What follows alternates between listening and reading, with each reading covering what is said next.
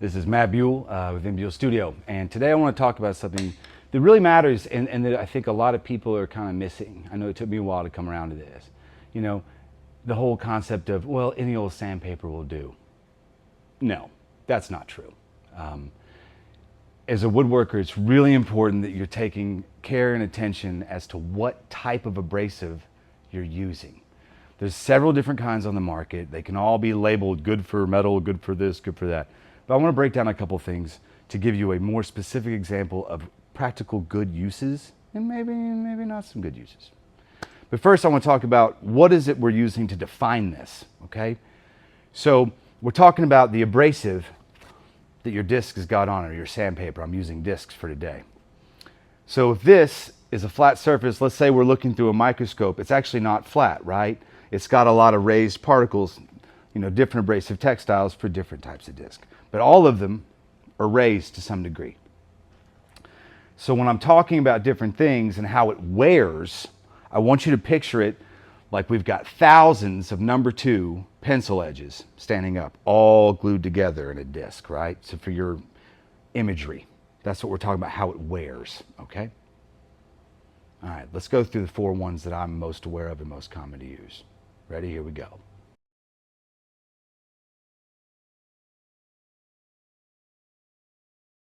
The first disc I want to talk about, which is very popular at the moment, ceramic. Technically, it's ceramic aluminum oxide, okay? Now, we're talking about those pencil points. This one is kind of interesting. So as it wears out, it kind of just sharpens itself, okay? But it also rounds a little bit. So these are known for being really durable. They're going to give you a pretty decent bang for your buck on longevity. However, bang for your buck is subjective because they're not cheap, okay? I personally, on a daily basis, this is not my go-to. I find it to be way more than is needed. It does have some spots where I like it. If I'm using a rotary sander, doing some aggressive removal, this is useful, okay? This is one option I could go to. The other thing is with this is, in order for this to function properly, for this, as this point is breaking, it's fracturing into little sharp points, kind of like pencils made of ice. So as I'm loading it, when that abrasive is breaking down, it's sharpening itself by fracturing. But in order to get it to do that, I've got to put a lot of load on the ceramic. Well, a lot of load in woodworking isn't always a good choice, especially if you're just trying to sand a flat panel. It's actually, from a professional stance, not real bright, especially for a high price point. Rotary, I like it. It's aggressive. And it lasts pretty long, but you've got to put load on it to get it to work. And if you don't, what you're going to get is a lot of buildup. Also, when I'm trying to load a sander, especially like an orbital, a random orbital, if I'm putting all the effort in to load that, to get it to break down, how much wear and tear your arm going to take? You know, one day, no big deal. Over the span of a career, that's not just fatigue, that's exhaustion. So, me personally, not my favorite go-to. I know the internet's just loves these. Time and place. Rotary, rock and roll. We gotta load this. I would have gone with blue until I saw what that just did to that rock maple, where it was just where I was indented and I was just removing. Mm-hmm. I think my concern with this guy is that it almost is so aggressive unless you're doing something where you're altering shape. Mm-hmm. It's almost a little much. And that's why we preach, don't use ceramic on wood. Yeah, it's just... And flip it over, look at your disc. I can see how someone who's just getting into this line of work or hobby, ruining a lot of work pieces that don't need this kind of aggression. This is also fantastic on higher density hardwoods, like your rock maple or Brazilian cherry, AKA Jatoba. Stuff of really high density. In other words, a pain in the you-know-what to sand. This stuff is actually pretty good for that. I like the results I got. I tried it out on some Jatoba and some rock maple earlier. But like stuff like Ipe, or Ipe, if you want to call it that, rosewood, this is actually pretty good. Blade marks. Perfect. All right, for the second one, I'm going to talk about zirconium. All right, I call this blue boy. I like this one. Here's the thing with this. So when we're talking about that pencil, right, how some of these break down after they're being used, the way they resharpen themselves, these abrasive textiles, with zirconium, it's kind of more like a carpenter's pencil because it doesn't break down in a way that keeps a point or a round. It actually kind of squares out. So the more I'm using this, it really just kind of squares itself out until it just goes dull. This is not going to leave you a scratch that's going to be great for fine finish work. However, in the lower grits of like 36 to 80, this thing will boogie. And this is good stuff. You're probably going to see this more on handheld belt sanders or big wide belt sanders, rotary discs, edge sanding kind of situations with belts. That's where this one shines the most. I do like it for rough stock removal. This, along with the previous, the ceramic aluminum oxide, they're both really good for the rough out stuff. This is a lower price point though. And I put these through the paces earlier, and the difference for me is not that big of a difference. So as a business owner, I'm probably going to go with this guy. It's a little cheaper and it's knocking out the same purpose that I need this one to do. But they're both really good when used properly for the right purpose. Neither of these would I even consider using on flats. You're also going to go through a little bit more of this than you are the ceramic. The ceramic's going to be more durable, so you're getting more mileage out of it. But saying you're going to go through more of this is still good sandpaper, so it's still going to last a good bit. And you don't have to load this to get it to function at its best. So the fatigue factor is a thing. I don't have to load this, and also not just fatigue on you, how about on your equipment? Yeah, go load a random orbital sander really hard for about 6 hours, and you let me know how much it's costing you replacing those, please. It's rhetorical. Don't let me know. So they're both good in their time and place. Let's move on. Yeah, it's blue. I like blue better. And with that one, you're not looking for a good scratch pattern. You're not looking for a finish scratch. You're tearing some material. The red scratch is cleaner than the blue. Yeah. Yep. It's a sharper abrasive. I mean, for me, for what I'm doing half the time, I wouldn't mind keeping a stock of at least a few grits of a blue or a red for when I'm digging into denser materials.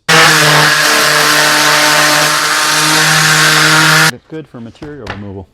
This is basically used most on other materials besides wood, such as metal and glass. Yeah. Now they're going to use something like that either in a belt format or like you were doing on this piece here.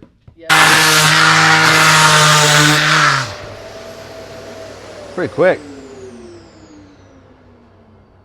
Wow. So back to zirconium. So it's for pigging material or for carelessly digging in. Honestly, it's better suited on a rotary sander. And like I say, unless it's real rough work, more times than not you're going to see it used as a belt. Or a wide belt sander or an edge sander. This ain't bad.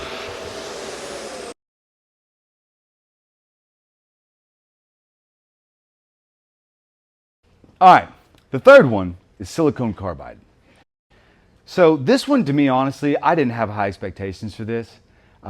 This type of an abrasive, historically, not really loved in woodworking. A lot of people use it in woodworking, but that's why I'm making this video to explain to you that you should stop doing that. However, this was the sneaky surprise. I liked this more than I thought, and I'll tell you why. So typically this is used on stuff with a really, really high density or hardness or sharpness. Glass, really big deal. This is used professionally with glass work a lot. Metal, some. And how this works is, we're talking about that pencil concept. The more I use this, the more it just keeps refining and fracturing into more points. So it's leaving a really light scratch. The wider, we talked about that square before, and then that triangle before, the wider it is, the bigger your swirl marks. Is basically what we're talking about. So with this guy, it's just fracturing into micro peaks over and over again. It's leaving very little swirl. But when it comes to removal and at 80 grit, it takes forever and it doesn't usually survive real well. facts in my experience. However, my friend Nick at Klingspor decided to give something a test run because he wanted to see it for himself. And what he discovered was, if you're using this grit, silicone carbide, in 150 or higher, doing your finish sanding, like just kissing the face of your grains, right? We're not loading it, we're not shaping it, we're just running it across, going through the grits to finish. 150 through 220, this leaves the smallest scratch. And I used it. He's not wrong. And if you don't believe me, ask Nick. He's not lying. This is great stuff right here. It is. I'm a believer, and I really heard more drones. Nick was right. That's going to be my next t-shirt. Nick was right. Okay, but that's a good one to get into. Price point's not bad either, so it's a good one. I actually would probably stock this in like a 150 through 220, or even up to 320. It's good for that, okay?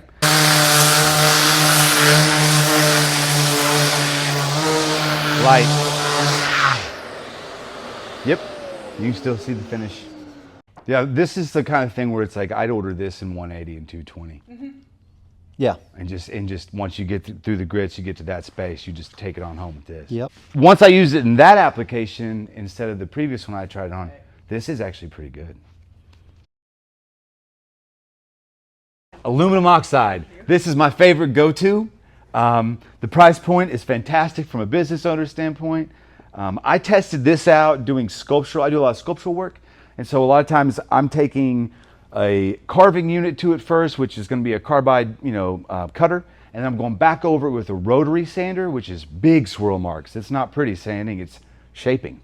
And then I come in with my random orbitals at an 80 grit. So where I've been having a hard time in searching, this is why I've been learning all this, is getting a sandpaper that holds up better when I'm doing these weird shaped sanding and stuff, okay? And I tested all these. This was buttery good. And the price is good on it. The edges held up really well. So aluminum oxide for the win for multi-use. This is a great general purpose sandpaper. To me, this is the general purpose sandpaper that I use on a regular basis. What I like about it is it's fantastic with almost all hardwoods, okay? And we're talking about that pencil shape thing, right? So the aluminum oxide, which is your textile that makes up this abrasive, we're talking about that pencil thing we've been talking about. So as you're using it, is it sharpening itself or dyeing? Some of them dye sharper than others, right? This guy doesn't really fracture into more points, and it doesn't square off like the earlier one we talked about. This one kind of just rounds. So it's a slow grind. But it lasts a good minute. I mean, I've used this on a lot of different lumbers in the last month or so, and it's held up really well. So this one, for the price point and for what it excels at, which is just your random and normal daily stuff in a wood shop, this is go-to. This is daily driver stuff. I stock this. Good. It's for the internets.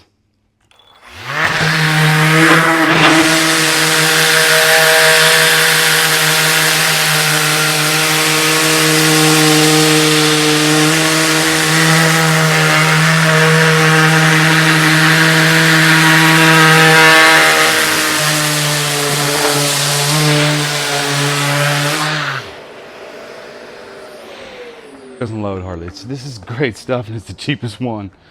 And this is y'all's home run. Mm-hmm. That's loading right there.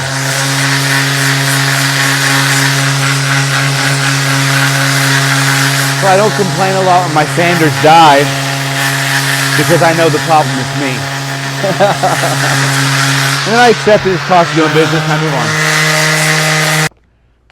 There's a quick rundown of how to look at your abrasives and try and get an understanding that sometimes we're using the wrong stuff. If you're at the box store and you're buying something, read about it. What are you buying? Because I have, when I was younger and I got into this, I bought sandpaper at certain stores and I think I used it for 10 minutes and threw it in the trash can because it wasn't really sanding anything. Well, it's because I was using the wrong stuff for the wrong applications. All right, go get them.